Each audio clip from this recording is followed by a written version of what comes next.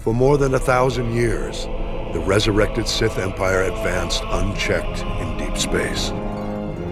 All the while, we Jedi believed the Sith were extinct. Though several self-proclaimed Sith Lords challenged the Republic, they were all fallen Jedi, not true Sith. The true Sith were the biological descendants of the ancient red-skinned race native to Korriban. The true Sith were extinct, except those who fled into exile 900 years ago. The success of their reincarnated civilization is testimony to the dark genius of the Sith Emperor. But the dedication of the Imperial people must be acknowledged as well.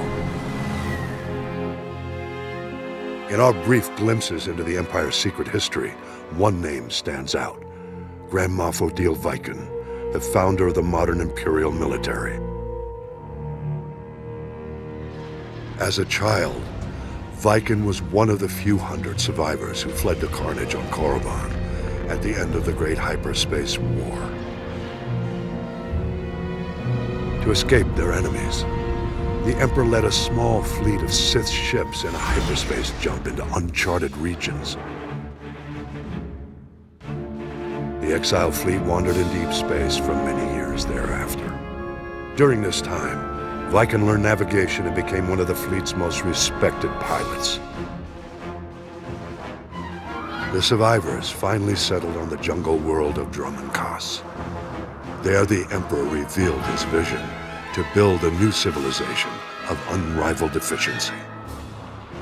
And he promised his people vengeance.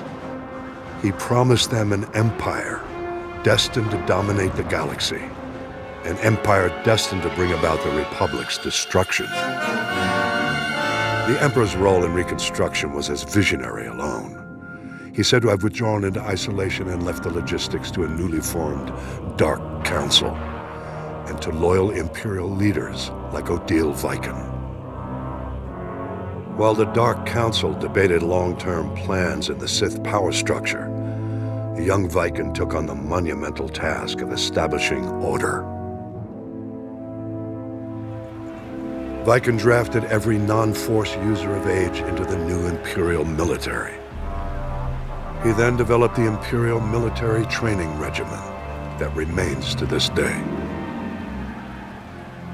With his army well-trained, Viken led a campaign to carve a footprint into the wilderness of Dromund Kaas, to create room for the Empire's new capital to flourish. Records suggest that during the campaign, he personally slew a rabid Tarantatek on the site where the Imperial Citadel stands today. After establishing the Empire's dominion on Dromund Kaas, Viken turned his attention to constructing a new Imperial Navy. Dividing his troops between engineering, mining, and manufacturing, he laid the groundwork for an ambitious plan: the creation of the Imperial Armada.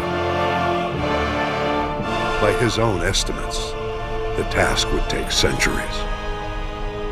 Viken knew he would never see even a fraction of his plan's success. Nonetheless, he garnered the support of the Dark Council and started the work. It was this act which earned Viken the honor of being the first Grand Moff recognized in the new Imperial military. Grand Moff Viken was eventually killed during an Imperial campaign to conquer an alien system in deep space. He died in battle on the bridge of a prototype Star Destroyer, a fitting end to the first Imperial Grand Moff.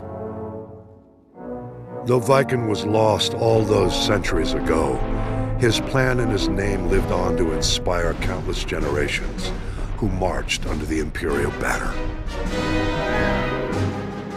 Viken's story represents the surprising loyalty the Imperial citizens show to an empire in which they will always be subservient to the Sith. I believe the roots of this loyalty lie in the events of the Great Hyperspace War. I'll explain my theory in a subsequent report.